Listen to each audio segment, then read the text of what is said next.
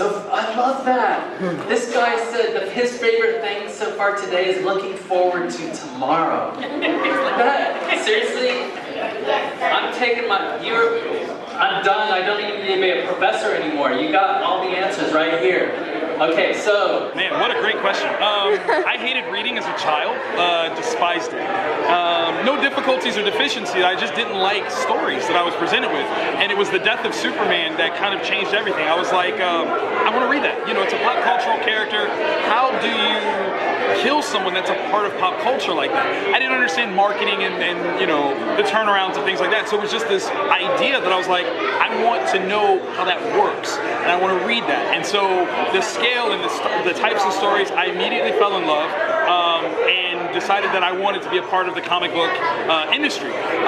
What made it really interesting is on my father's side of the family, they're very sports oriented. And as a child, despite what my shoulders tell you right now, I was not built for that, not at all. I was a skinny kid, gangly even. And so we never really related when it came to sports. But all of a sudden with this interest in comic books, I found out that 3 of my uncles can draw. My father read comics when he was a kid, and we suddenly had something to talk about that I never knew. Like, I mean, we had video games and stuff like that, but it just wasn't quite the same. So one of my uncles, the youngest, my Uncle Mark, took a very, very big interest in me doing this. And so he was really supportive of me doing art, exploring comic book art, and really wanting me to explore the idea of doing this as a profession, because they were very practically minded. They were like, you know, we love art, we love sports, but we got to take care of the family. We got to get regular 9-to-5 jobs. And so after about a year, my uncle unfortunately was killed. And in honor of him, 10 years old, I decide then I'm going to do something great in comic books in honor of my uncle. And so it just became this driving force since I was 10 years old. You know, I'm basically like Batman. Basically. Yeah, where I made this vow by candlelight, and here I am. So now I have been producing comic books full-time for the last 7 years through my imprint, Vintage and House Productions. We have a run of different books. In addition to the actual books, we also started the You Create Comics line, where I'm using comic books as a backdrop to education and really trying to encourage other people to explore creativity. So yeah, just last week I was introducing Stan Lee at Wizard World Madison. So yeah, like this is the range of things. Come a long way since 10 years old. Long way. Yeah. Long way. But yeah, that's my origin story. I didn't like reading. Comics gave me something interesting. Okay. And then it let me connect to my family in a way that I never had. And in honor of them, that's where I am. Okay. Yeah, so how did I get into comics? I've always drawn. So I got into comics. My uncle actually got me into comic books. Okay. And I don't know what year that was. I have no idea. Sometime in the 70s. I started making my own comics. I started making my own comic book characters in the early 80s because I realized that there weren't a lot of characters that looked like me. A lot of us started making characters of various same reasons. We were reading the comic books, and the only times we appeared in the comic books were when we were getting beat up by the superhero or chased by the police, So we actually started creating our own characters, and I come from that. I published my first book in 2006, and it's been nonstop since then. So I just finished a book called I Am Alfonso Jones for Lee and Low Books. I think they're calling it the first Black Lives Matters based graphic novel. Okay. So that actually comes out next week. So it premieres at New York Comic Con. Okay. And it's basically about a boy who is killed while buying a suit to go visit his father, who is exonerated of a crime due to DNA evidence.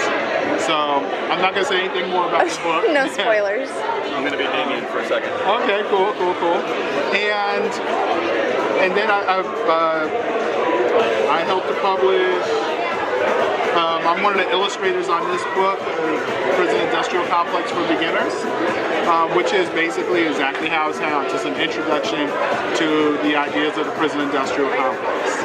Okay. And John Jennings and I, we work together as a collaborative team called Black Kirby, where we take the aesthetic and some of the ideas of artist Jack Kirby, and we imagine him as a black, politically conscious artist who makes work that challenges everyday systems, that actually oppress us. So we work as a collaborative team, and through our collaborations, we do exhibitions, and we now make graphic novels.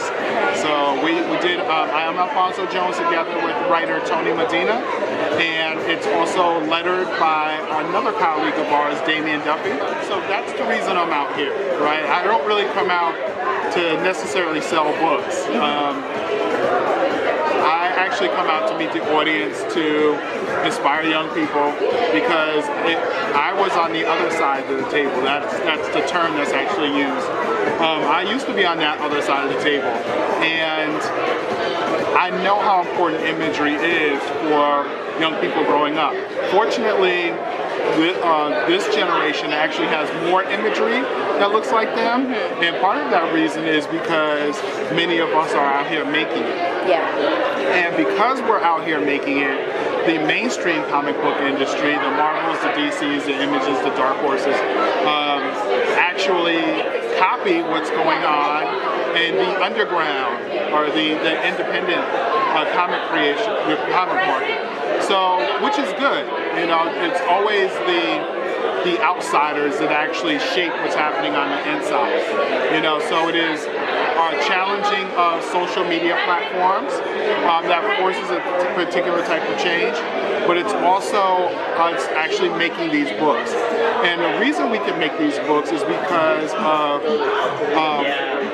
the advancement of printing. So we can actually self-publish for very inexpensive.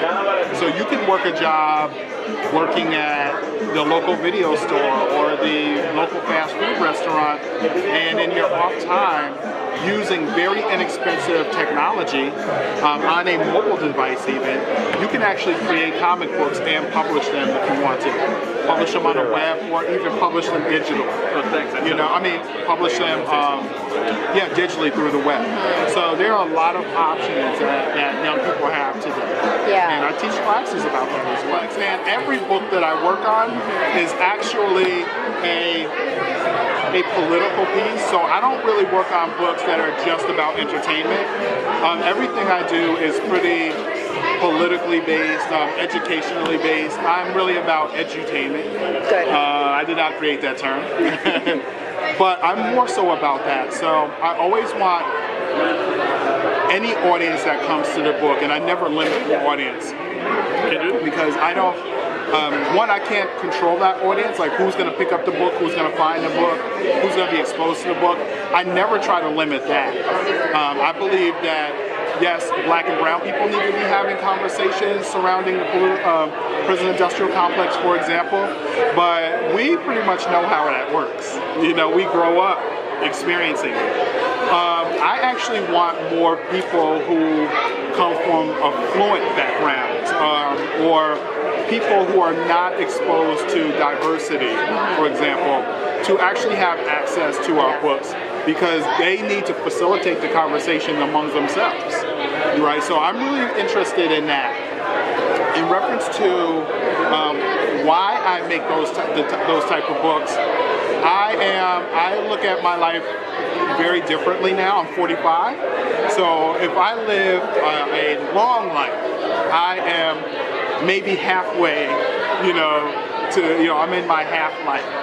In the next 45 years or so, I really want to focus on breaking down these structures that actually keep us divided and actually keep us enslaved. I am concentrating all of my efforts on those types of systems. So in that, I am a university professor. I teach graphic design and illustration at the University of Illinois right now. And I come into contact with a lot of young people who want to create images. some of them, they want to create branding for corporations, which is totally fine. I get them to think about weightier issues as well. So what types of systems are designed? How are systems designed to keep our community separate? You know, for example, redlining is a process that is actually, you know, graphically designed to keep communities segregated, right? To keep some communities affluent and some in poverty, right? Those are graphic designs. So I think about those types of systems, and I challenge my students to think outside of just making money for nice creative art, but to look at more weightier issues as well. I started making zines, I want to say in 2012, after I got out of like college at San Francisco State. Mostly because I felt like there wasn't a lot of representation of Central American people in zines, or like in comics in general. So I'm half Salvadoran and half Guatemalan. Also, like coming to embrace more of like the Afro-Latinx identity as well, since that's another thing we don't really talk about in the Central American community. And yeah, I always keep in mind like the younger me that would have wanted to like read comics and zines about girls that look like me, that are like socially awkward and like just nerdy, that just needed some kind of agency. So I always keep them in mind and hope that it reaches out to them, because I think there's a lot of power to like sharing our stories through comics.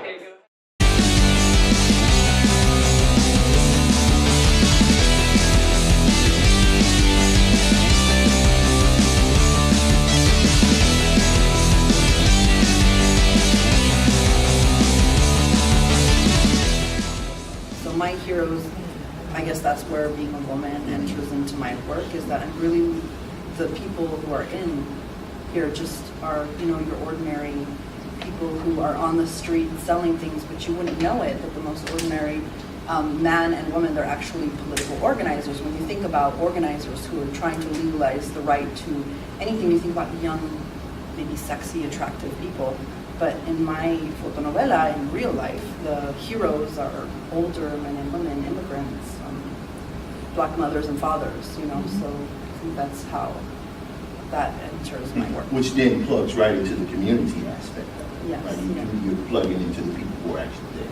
Yeah. Yeah, but also as like marginalized creators, we also have to learn how to like pass the mic when it's not our turn to like, you know, I can't speak for other marginalized creators' experiences, so I just have to like pass the mic and be like, it's all you, you know. I agree. I think we do need more representation, but I think like you were saying before, the more we have it, the higher the bar of whether we're doing it right will go, and so we'll just get better and better at doing it.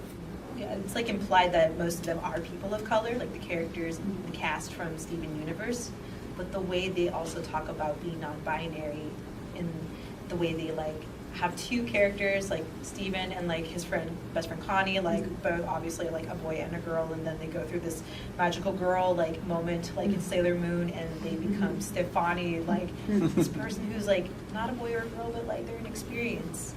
And there was like a precious moment where one of the characters was being outed for being lesbian, and that's like Garnet, and she's also a fusion too, where two female identified like, you know, lesbian couple, they like fuse together to become this like awesome like powerhouse, like this wonderful, beautiful like black woman. And like that's the character I felt like I identified the most. And I think the character design, because they don't look hyper realistic or anything, the fact that they are just like, I don't want to say simplified, because like the people and the creators that put like a lot of thought into the process of creating these characters, like it's intentional, it's for like kids, but it's for like anybody that can identify like with all of these characters. I think this like quote unquote simple like line work and like character development that goes into like each character's backstory and the way they look too, I think that's kind of like a very inclusive way that TV show in particular has been able to like really like redefine the narrative too, especially like the queering of the narrative. I hope everyone's having a good day. Part of Cartoon Crossroads Columbus is that we give out a few awards every year. Last night we gave out Master Cartoonist to Kyle Baker. Yes. Transformative work to Howard Cruz for his great Stuck Rubber Baby.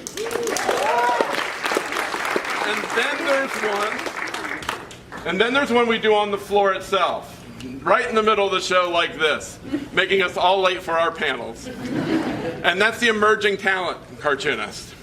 This year we would like to announce our winner of the Emerging Talent Award for CXC, and it's Kat Fajardo.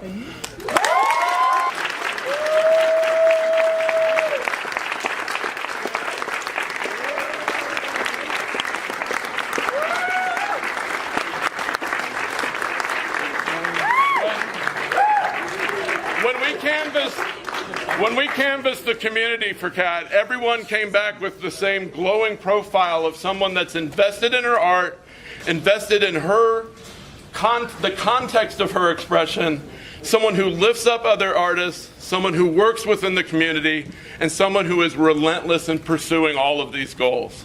We could not be more proud to give it to such a deserving young cartoonist, and we hope that you come back with a story to tell about how it's spent and what you do with it. You haven't mentioned it yet.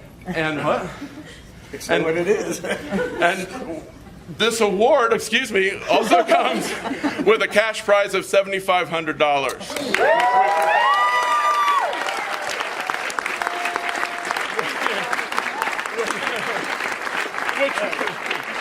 Which we present due to the generosity of Jeff Smith and Vijaya Iyer with no strings attached. We just hope that this wonderful cartoonist does something wonderful with it and that we all benefit as a community. Hi, you guys have been so great. Thank you. You are a real sweetheart.